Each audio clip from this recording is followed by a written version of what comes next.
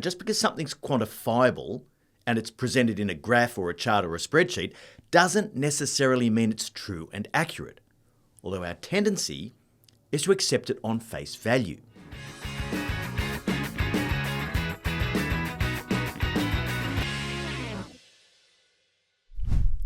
Welcome to Moments with Marty, your short, sharp shot of leadership insight to help you to stay on track between our weekly episodes of the No Bullshit Leadership podcast.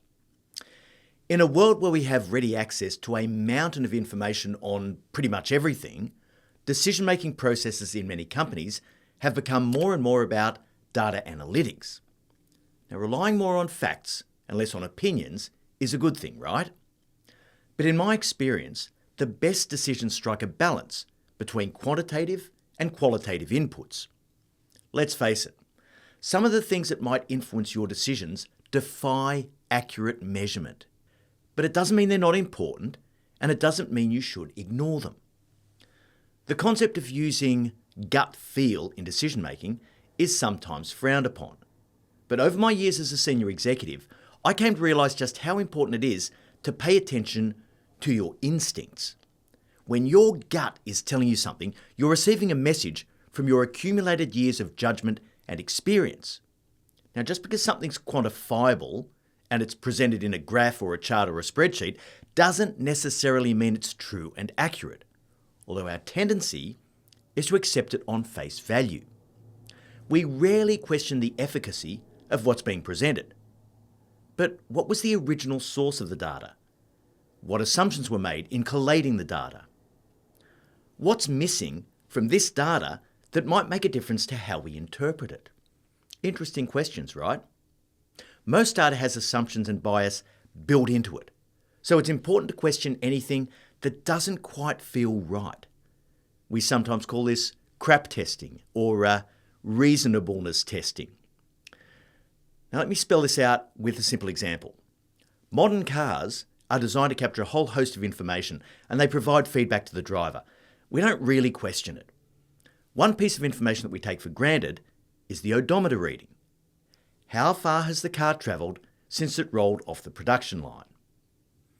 Now, even though that data is captured directly from the car's internal systems, and we can rely on it almost 100% of the time, there are still circumstances where that data might come into question.